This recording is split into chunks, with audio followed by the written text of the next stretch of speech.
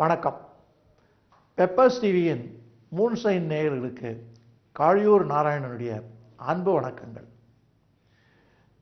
ஜாதகம் கேட்கும்போது நான் வாழ்க்கையில் வெற்றி பெறுவேனா, நிறைய பணம் சம்பாதிப்பேனா, நிறைய செல்வந்தனாக இருப்பா, நிறைய வசதி வாய்ப்புகளோடு இருப்பேனா, சந்தோஷமாக இருப்பேனான்னு கேட்குறது எல்லாருடைய டெண்டன்சி, தவறு இல்லை. ஆனால் நீங்கள் யார் பணக்காரன் யார் ஏழைன்னு புரிஞ்சுக்கணும். இப்போ அதை தான் இந்த பகுதியில் பார்க்க போகிறோம். அதாவது எப்படி ஒரு வெற்றியாளன் அல்லது தோல்வியாளன்லாம் கிடையாது, வாழ்க்கையை அழகாக வாழ்ந்துட்டு போங்க, உங்களுடைய முழு திறமையை வெளிக்கொண்டுறதுக்கு முயற்சி பண்ணிட்டு போங்க அப்படின்னு முன்னால் சொல்லியிருக்கோம். அதே மாதிரி தான் இந்த வெற்றின்றது ஒரு யாட்ஸ்டிக், அதாவது ஒரு அளவுகோல் கிடையாது. அதுக்கு இந்த உயரத்துக்கு போனால் நீ வெற்றின்னு அர்த்தம் கிடையாது. நீ இவ்வளோ சம்பாரிச்சா உனக்கு நீ சம்பாரிச்சிட்டேன்னு அர்த்தம் கிடையாது. ஆகவே இதெல்லாம் எல்லையில்லாத விஷயங்கள். அதனால் எல்லையில்லாத விஷயங்களை நீங்கள் எல்லையை தாண்டியே நீங்கள் சிந்தனையை செலுத்தி இப்போ இருக்கிற நிலைப்பாட்டை மறந்துட்டால் உங்களுடைய வாழ்க்கை காணல் நீர் மாதிரி எல்லை இல்லாமல் போயிட்டே இருக்கும். ஆகவே நீங்கள் இப்போ இருக்கிற ஒரு சந்தோஷத்தை அனுபவிக்கிறதுக்கு, இன்றைக்கி இருக்கிற சந்தோஷத்தை அனுபவிக்கிறதுக்கு கற்றுக்கோங்க. நாளினுடைய வசதிகள் வாய்ப்புகள் நல்ல சந்தோஷத்துக்கு நீங்கள் முயற்சி பண்ணுங்கள், அதுக்கான உழைப்பில் ஈடுபடுங்க. இதை நீங்கள் தொடர்ந்து பண்ணிகிட்டே வந்தால் உங்களை விட ஒரு பெரிய செல்வந்தன், உங்களை விட ஒரு பெரிய பணக்காரன், உங்களுடைய வசதி வாய்ப்பு பெற்றவன் உலகத்தில் யாருமே இருக்க முடியாதுன்ற நிலைப்பாடை உங்களால் அடைய முடியும். இதை புரிஞ்சுக்கிறதுக்கு தான் ஒரு சின்ன சித்தாந்தம். அதாவது ஒரு 10 மாடி கட்டடத்தில் மிகப்பெரிய ஒரு பணக்காரர் ஒருவர், நல்ல வசதி வாய்ப்புகள்லாம் பெற்றவர், நிறைய செல்வம் இருக்குது, நிறைய பிள்ளைகள், பெண்டாட்டி, சமுதாயத்தில் அந்தஸ்து எல்லாமே இருக்கு அவருக்கு.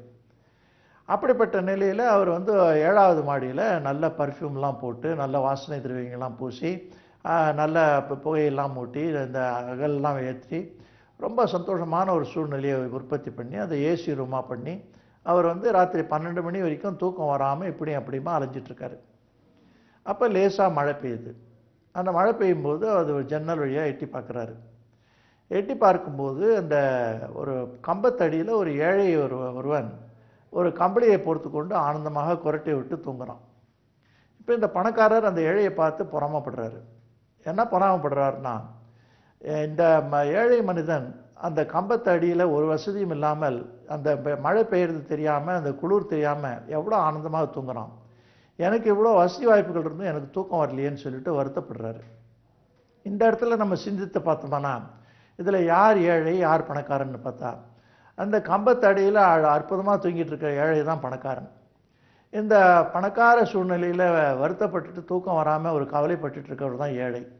ஆகவே ஏழை பணக்காரன்றதை ஒரு பணத்தை கொண்டு மட்டும் நம்ம அளவிட முடியாது.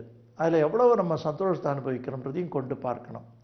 ஆகவே ஒரு ஜாதகத்தில் பணக்கார ஜாதகமா ஏழை ஜாதகமானு சொன்னாக்கா அனுபவ ராஜயோகம் இருக்கான்னு பார்க்கணும். இதில் அனுபவ ராஜயோகம்னு ஒன்று உண்டு, அபவாத ராஜயோகம்னு உண்டு. இந்த அனுபவ ராஜயோகம்ன்றது என்னன்னாக்கா, நம்முடைய ஒரு பெரிய பணக்காரர், அவர் ஊட்டி கொடைக்கானலில் மிகப்பெரிய ஒரு மாளிகை மாதிரி ஒரு ரெஸ்ட் ஹவுஸ் கட்டியிருப்பார். அதில் நல்ல அலங்காரங்கள்லாம் பண்ணியிருப்பாங்க, நிறைய பொருள் செலவில் நல்ல தோட்டங்கள்லாம் வச்சுருப்பாங்க, அந்த வீட்டில் எல்லா வசதிகளும் இருக்கும். ஆனால் ஆண்டு முழுவதும் அந்த வீட்டை பார்த்துக்கிறதுக்கு ஒரு காவலன் வச்சுருப்பாங்க. அவர் ஆண்டு முழுவதும் அங்கே இருப்பார். அவருக்கு சம்பளமும் கிடைக்கும், சாப்பாடும் கிடைக்கும், வசதிகளும் கிடைக்கும். ஆனால் இந்த பணக்காரர், அந்த வீட்டுக்கு சொந்தக்காரர் எப்போது வருஷத்தில் ஒரு 10 நாளோ ஒரு வாரமோ போயிருப்பார்.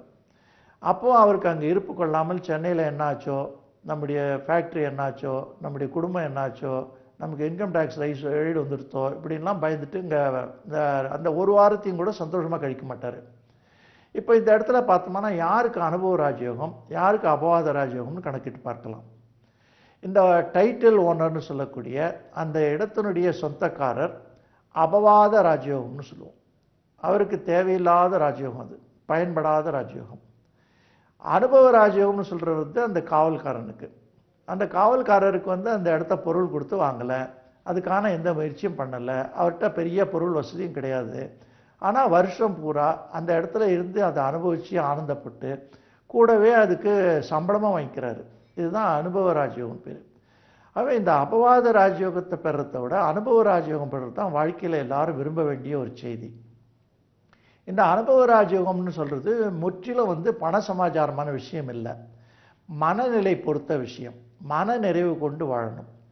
யார் ஒருவர் பணக்காரர்னு சொன்னால், யார் ரொம்ப நாள் சந்தோஷமாக வாழ்ந்திருக்காங்க, நிறைவாக வாழ்ந்திருக்காங்க. நான் வந்து ஆரோக்கியமாக வாழ்ந்திருக்காங்க. நோய் நொடி இல்லாமல் வாழ்ந்திருக்காங்க. சிக்கல் எல்லாம் வந்து சேராமல் வாழ்ந்திருக்காங்க. பெரிய எதிரிகள் எல்லாம் சம்பாதிக்காமல் இருந்திருக்காங்க. படுத்த உடனே யார் தூங்கியிருக்காங்க, பசிச்சு யார் சாப்பிட்ருக்காங்க. இவங்களெல்லாம் பணக்கார வர்க்கத்தை சேர்ந்தவர்கள். இதெல்லாம் இல்லாதவர்கள் ஏழை வர்க்கத்தை சேர்ந்தவர்கள். அவை இப்போ உங்களுக்கு தெளிவாக புரியும். இந்த கரன்சி நோட்டுனால பணக்காரராக இருக்கிறவர்கள் பணக்காரர்களா, அல்லது வாழ்க்கையை அனுபவித்து ரொம்ப சந்தோஷமாகவும் ஆரோக்கியமாகவும் தெம்பாகவும் நினைத்த நேரத்தில் நினைத்தது செய்யக்கூடிய நிலைமையில் இருக்கவங்க பணக்காரர்களான்னு பார்ப்போம். இப்போ ஒரு பெரிய ஒரு மந்திரி இருக்கார். அவருக்கு வந்து ஒரு இடம் செல்லணும்னா அவருக்கு எல்லா வசதிகளும் இருக்குது. நல்ல கார் இருக்குது, நல்ல வந்து வசதிகள் இருக்குது, நல்ல பாதுகாவலர்லாம் இருக்காங்க. அவருக்கு எல்லாரும் புகழ்ந்து வரவேற்கிறாங்க. நிறைய பேர் வந்து மாலை போடுறாங்க. அவரை பார்த்து நம்ம நினைக்கிறோம், ஆஹா இப்படிப்பட்ட ஒரு நிலைப்பாடு நமக்கு கிடைக்கலையேன்னுட்டு. அதே சமயத்தில் நீங்கள் இன்னொன்று நினச்சி பார்க்கலாம். அந்த மாதிரி ஒரு பிரமுகர் இப்போ வந்து மயிலாப்பூர் வந்திருக்காரு. அடுத்தது அவருக்கு திருவல்லிக்கேணி போகணும்னு ஆசைப்பட்டால் போக முடியாது. அவருக்கு எந்த ஒரு வேலையை சொல்லியிருக்காங்களோ அதை மட்டும்தான் செய்யணும். அங்கே அவர் பேச வேண்டிய நிகழ்ச்சியில் பேசணும், செய்ய வேண்டிய செயலை செய்யணும். திரும்பி அதே மாதிரி பந்தோபஸ்தோடு அவருடைய வீட்டுக்கு சென்று விடணும். ஒரு நடு சாலையில் அவரால் சுதந்திரமாக நடந்து போக முடியாது. சிட்டி பஸ்ஸில் அந்த க்ரௌடாக உரைச்சிட்டு போக முடியாது. பீச்சில் போய் ஆனந்தமாக உட்காந்துருக்க முடியாது. இதிலெல்லாம் எவ்வளோ சுகம் இருக்குன்றது அவருக்கு வாழ்நாளிலேயே தெரிய போகிறதில்ல, அவர் தெரிஞ்சிக்க முடியாது. அந்த நிலையில் நீங்கள் நினச்சி பார்த்தா நீங்கள் செல்வந்தரா அவர் செல்வந்தராகிறது உங்களுக்கு புரியும். ஆகவே இந்த மனநிலையை பொறுத்து தான் செல்வம் அந்தஸ்தெல்லாம் இருக்கே தவிர உண்மை நிலையில் அப்படி கிடையாது. உண்மையில் சொல்லப்போனால் அதிக வசதி வாய்ப்புகள் இருக்கவங்க சந்தோஷப்படுறத விட அப்படிப்பட்டவர்கள் இருக்கக்கூடிய நாய்க்குட்டிக்கு தான் சந்தோஷம் அதிகமாக இருக்குது. பெரிய பிரமுகராக இருக்கார், நல்லா சம்பாதிக்கிறார், பெரிய இண்டஸ்ட்ரியலிஸ்டாக இருக்கார், எப்போவுமே உலகம் மொத்தம் சுற்றிட்டு இருக்காரு, எப்போவுமே அவருக்கு பெயர் புகழ் பிரఖ్యాதிலாம் இருக்குது. ஆனால் அவரால் நிம்மதியாக இருக்க முடியுமா, நினைத்தது செய்ய முடியுமானா முடியாது. ஆனால் அவர் வீட்டு நாய்க்குட்டிகளுக்கு வேளாவளிக்கு நல்ல சாப்பாடு கிடைக்கும், நல்ல சுதந்திரம் கிடைக்கும், நல்ல உணவெல்லாம் கிடைக்கும்.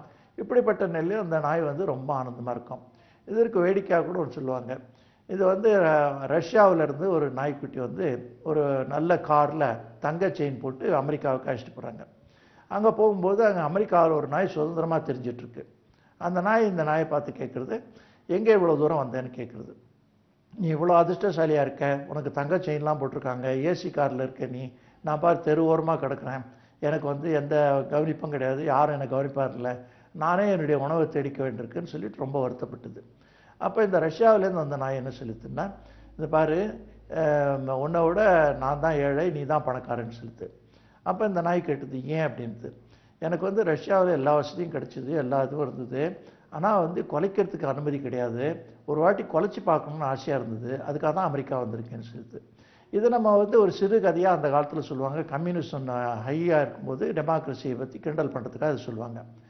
ஆனாலும் இதில் ஒரு செய்தி என்ன நம்ம புரிஞ்சுக்கணும்னு சொன்னால், உங்களுடைய வசதி வாய்ப்புகள்ன்றது என்னன்னா உங்கள் மன மகிழ்ச்சியை கொடுக்கக்கூடியதை தவிர இதர சூழ்நிலை இல்லைன்றதை புரிஞ்சுக்கணும். நல்ல ஆடைகள் ஒருத்தருக்கு உடுத்திருக்கலாம், ஆனால் அவர்களுக்கு ஆரோக்கியம் இல்லாமல் இருக்கலாம். சிலருக்கு கிழிந்த ஆடை உடுத்திருக்கலாம், ஆனால் நல்ல ஆரோக்கியமாக இருக்கலாம். இதில் எது சிறந்த ஆடைன்னு நம்ம பார்க்கணும். அந்த ஆடம்பரமான விஷயங்களுக்கு வந்து அதிக மதிப்பு கிடையாது, ஆனாலும் அது அவசியமாக தான் இருக்குது. ஒரு மனிதனுடைய ட்ரெஸ்ஸை பார்த்து அவரை நம்ம எடை போட முடியாது. அவருடைய குணம், அவருடைய ஆரோக்கியம், அவருடைய ஆகிருதி, அவருடைய முகத்தில் அவருடைய புத்தி கூர்மை, இதுகள் தான் நம்ம முக்கியமாக பார்க்குறோம். ஆடைன்னு சொல்கிறது சமுதாயத்துக்காக தேவைப்படும் ஒரு விஷயமே தவிர ஆடையை கொண்டு நம்ம வந்து மதிப்பிட முடியாது. ஆனால் இன்றைக்கி வந்து ஆடை பாதி ஆள் பாதின்ற நிலைக்கு மக்கள் மாறி இருக்காங்கன்னு சொன்னால் மனநிலை அப்படி மாறி இருக்குது, மனோபாவங்கள் அப்படி மாறி இருக்குது. ஆடையை பார்த்து மயங்கிறவர்கள் ரொம்ப சாமானிய மக்களாக இருப்பாங்க, ஆளை பார்த்து மயங்கிறவங்க நல்ல அறிவு கூர்மையான மக்களாக இருப்பாங்க. யாருக்கு நல்ல ஆரோக்கியம் இருக்கோ, நல்ல சுகிருதம் இருக்கோ, நல்ல முகபாவம் இருக்கோ, நல்ல தேஜஸ் இருக்கோ அவர்கள் பணக்காரர்கள், இதெல்லாம் இல்லாதவர்கள் ஏழை.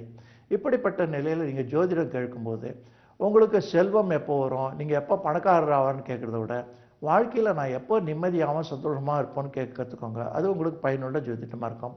இப்படிப்பட்ட இன்னொரு சுவாரஸ்யமான விஷயத்தோடு மீண்டும் உங்களை சந்திக்கிறேன். அதுவரை நன்றி, வணக்கம்.